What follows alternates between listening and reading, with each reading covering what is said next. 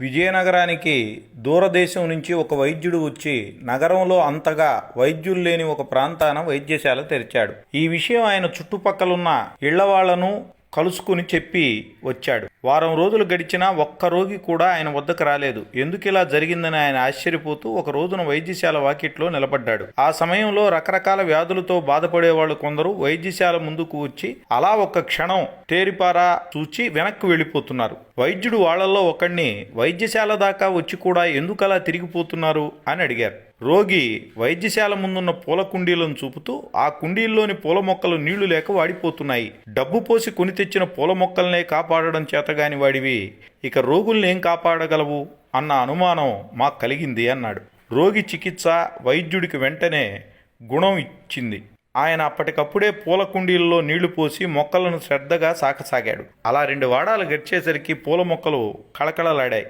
రోగులు కూడా ఒక్కొక్కరే వైద్యశాలకు రాసాగారు.